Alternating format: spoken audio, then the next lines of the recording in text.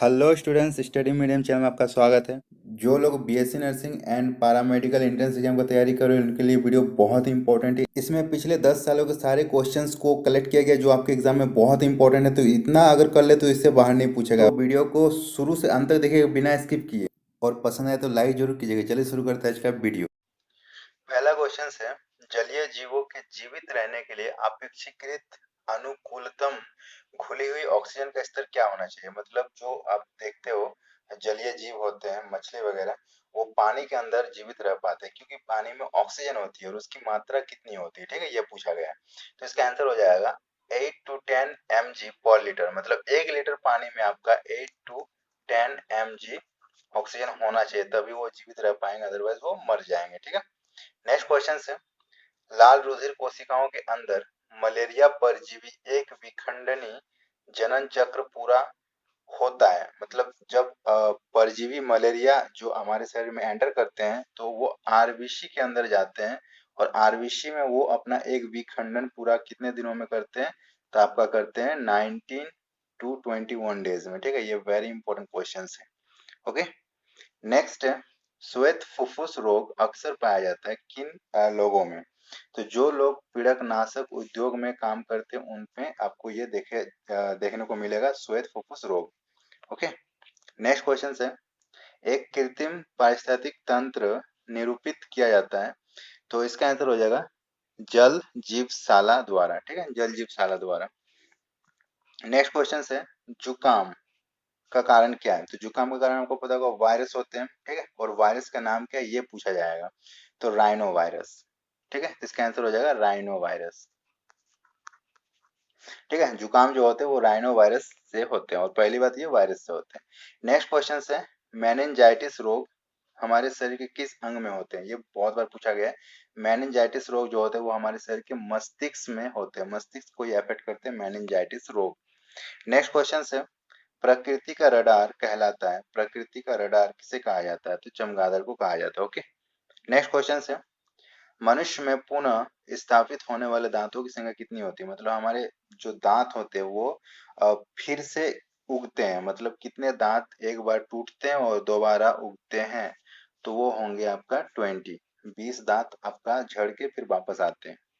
Okay, next question है, sex hormone का स्राव करती है, तो ये करती है एड्रिनल ग्लैंड, एड्रिनल ग्रंथि। Okay, next question very important है, रेशेदार अस्थि जोड़ पाया जाता है। रेशेदार अस्थि जोड़ कहाँ पाया जाता है, ये हमारे कपाल में पाया जाता है। ठीक है, चलिए नेक्स्ट क्वेश्चन पर बढ़ते हैं। एक वयस्क पुरुष के लिए सामान्य हीमोग्लोबिन की मात्रा प्रति 100 ml ब्लड में कितना होता है। तो एक वयस्क पुरुष के लिए, ये पूछा गया पुरुष के लिए, तो पुरुष के लिए आपका हो जाएगा 14.5 ग्राम।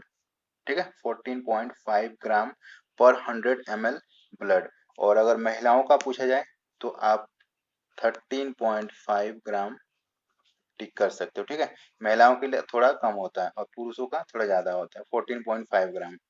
तो ये होती है हीमोग्लोबिन की मात्रा हमारे ब्लड में। ठीक है, नेक्स्ट क्वेश्चन है, हमारे शरीर में मांसपेशियां होती है, मांसपेशियों की संख्या कितनी होती है, 639। 639 मांसपेशियां होती है। नेक्स्ट क्वेश्चन है, आर एच जो हमारे आर एच फैक्टर होते हैं प्लस माइनस ब्लड ग्रुप में, वो नाम जो है कहाँ से लिया गया है, तो वो एक बंदर से लिया गया है जिसका नाम है रिसस बंदर, और उसी से वो नाम आर एच पड़ा है। ओके, और ये आर एच की खोज किसने की थी, तो ये की थी लैंडस्टीनर और वीनर के द्वारा। ठीक है, लैंडस्टीनर और वीनर, ज्यादातर लैंडस्टीनर नाम ही आता है, ये साइंटिस्ट थे जिन्होंने इसको खोजा था, बहुत बार पूछा गया। नेक्स्ट क्वेश्चन है, कुरंजी पुष्प के 12 वर्ष में एक बार खिलने का कारण क्या है। मतलब ये एक ऐसा फूल है जो 12 वर्ष बाद खिलती है, ये खुद में एक क्वेश्चन है। और इसका कारण क्या है, तो प्रकाश की अवधि, उसमें प्रकाश जो है ना वो बहुत ही लेट पहुंच पाती है, इसलिए वो फूलने में बहुत ज्यादा टाइम लेती है।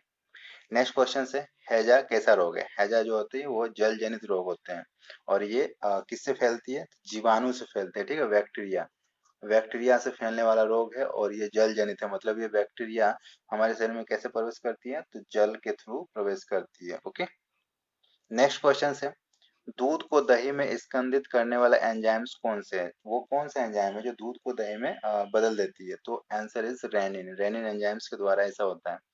नेक्स्ट क्वेश्चन है मानव शरीर का सबसे बड़ा अंग कौन सा है। तो हमारे शरीर में अगर आप देखोगे सबसे बड़ा अंग इंटरनल अंग की बात हो रही है तो वो यकृत होगा। यकृत हमारे शरीर का सबसे बड़ा अंग होती है और यहाँ पे सेल डिवीजन सबसे ज्यादा होती है और यहाँ पे चोट सबसे जल्दी ठीक होती है, ठीक है, यकृत में। और ये सबसे ज्यादा काम करने वाला अंग होते हैं, मतलब ये हमारे शरीर में सबसे ज्यादा काम करती है और सबसे इंपॉर्टेंट ऑर्गन में से एक होती है, ठीक है। नेक्स्ट क्वेश्चन है यकृत का वजन कितना होता है। तो यकृत का वजन कितना होता है, तो 1.5 से 2 केजी के बीच में होता है, ठीक है। 1.5 टू 2 केजी के बीच में यकृत का वजन होता है, इसलिए ये सबसे बड़ा ऑर्गन होता है। नेक्स्ट क्वेश्चन है पित्त का स्रोत है, मतलब पित्त कहाँ से निकलती है। पित्त कहाँ से निकलती है, मैक्सिमम लोग इसको पित्ताशय लगा देते हैं बट वो गलत होगा, ठीक है। पित्त का निर्माण होता है यकृत से। पित्त का निर्माण यकृत से होता है, ठीक है, ना कि पित्ताशय से। पित्ताशय में जाकर वो स्टोर होती है बट वो निकलती यकृत से है, कंफ्यूज नहीं होना है।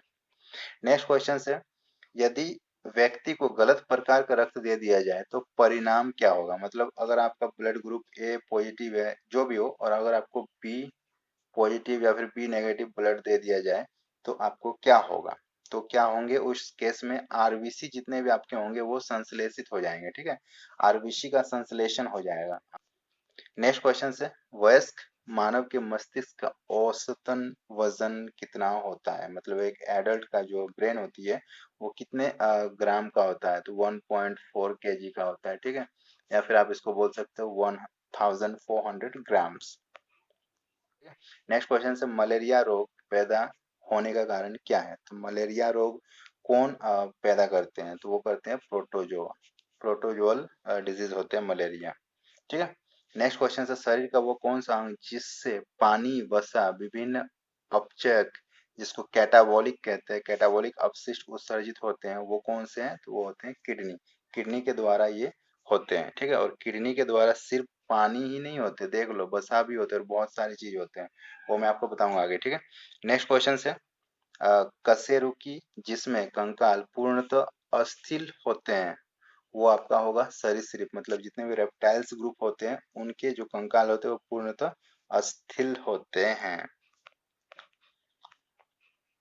नेक्स्ट क्वेश्चन है जूट के रेशे पौधे के जिस भाग से प्राप्त होते हैं वो होते हैं तना। जूट जो होता है ना पौधे के तना से प्राप्त किए जाते हैं। नेक्स्ट क्वेश्चन है औसतन मानव मस्तिष्क का वजन कितना होता है, आप देख लो 1.46 केजी औसतन है, ठीक है। ये 1.4 तक अगर आप माइंड करो, लेकिन ये पूरा का पूरा यहाँ पे एग्जैक्ट दिया हुआ है।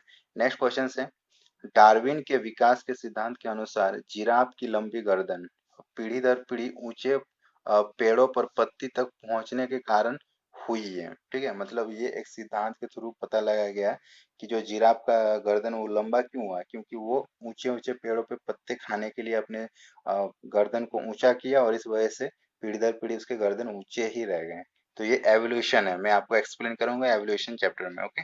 नेक्स्ट क्वेश्चन है विटामिन डी की कमी से होने वाला रोग जिसको रिकेट्स बोला जाता है, ये किस अंग को प्रभावित करती है, तो ये करती है अस्थि को, मतलब हड्डी को, बोन्स को ये अफेक्ट करती है, ठीक है। और ये रिकेट्स होती है, ये भी पूछा जाता है, विटामिन डी की कमी से रिकेट्स होता है, ये अस्थि को प्रभावित करती है। नेक्स्ट क्वेश्चन है कोशिका में कौन सा पाचन थैली कहलाती है। मतलब हमारे शरीर की जो सेल होती है, कोशिका होती है, उसमें जो सेल ऑर्गेनल्स होते हैं उसमें से किसको पाचन थैली बोला जाता है, तो उसको लाइसोसोम को बोला जाता है, ठीक है। लाइसोसोम जो होते हैं वो पाचन थैली कहलाता है। Very important question. और ऐसा क्यों बोला जाता है, क्योंकि कोई भी कोशिका जब मर जाती है या फिर कुछ काम नहीं कर पाती है तो वो लाइसोसोम जो होती है ना वो फट जाती है और उसके अंदर से एक एंजाइम्स निकलता है जिसको हाइड्रोलाइटिक एंजाइम्स बोला जाता है और वो पूरे कोशिका में फैल जाती है वो एंजाइम्स, ठीक है। वो एक एसिड का काम करता है और वो क्या करते हैं पूरे कोशिका को अपने में घुला लेती है, अपने में पाचन कर लेती है, अपने में नष्ट कर देती है और वो कोशिका पूरा का पूरा खत्म हो जाता है। इसलिए इसको आत्महत्या की थैली भी बोला जाता है, ओके, क्योंकि वो खुद अपनी आत्महत्या कर रहा है। नेक्स्ट क्वेश्चन है ऑस्टियोसाइट पाए जाते हैं, तो ये आपका हड्डी में पाए जाते हैं, ठीक है। ऑस्टियोसाइट्स पाए जाते हैं बोन्स में। एंड नेक्स्ट है मशरूम की खेती किसके नियंत्रण में उपयोगी नहीं होता है। तो मशरूम की खेती किसके लिए उपयोगी नहीं होता है, तो सस्य रोगों के जैविक नियंत्रण में, ओके। चलिए नेक्स्ट क्वेश्चन देख लेते हैं। मधुमक्खी में पुम धूप जिसको ड्रोन बोला जाता है वो होते हैं, तो जनन क्षम नर, मतलब नर में ये ड्रोन पाया जाता है। नेक्स्ट क्वेश्चन वेरी इंपॉर्टेंट है, किस प्रोटीन के नख, खुर और सींग बने होते हैं? कौन सा प्रोटीन होता है जिससे नख, खुर और सींग बने होते हैं? मतलब बैल के और भी जानवर के आप देखते हो सींग, खुर, वो किससे बने होते हैं? तो वो होते हैं कीरेटिन से, कीरेटिन नामक प्रोटीन से। वेरी इंपॉर्टेंट, ठीक है। नेक्स्ट क्वेश्चन है, पुरुष में पुरुष तत्व के लिए उत्तरदायी गुणसूत्र का संयोजन क्या होता है? तो वो होता है एक्स वाई। ये वेरी सिंपल है, पुरुष के लिए एक्स वाई होता है और महिलाओं के लिए एक्स एक्स होता है, ठीक है। वीडियो यहीं तक है, अगर पसंद आया तो लाइक कर दीजिएगा, अपने फ्रेंड के साथ शेयर कर दीजिएगा, और सारे पार्ट देखना हो तो डिस्क्रिप्शन बॉक्स में जाइए, आपको प्लेलिस्ट का लिंक मिल जाएगा, और चैनल को सब्सक्राइब जरूर कर दीजिएगा। चलिए मिलते हैं नेक्स्ट वीडियो में, तब तक के लिए bye bye, thanks for watching.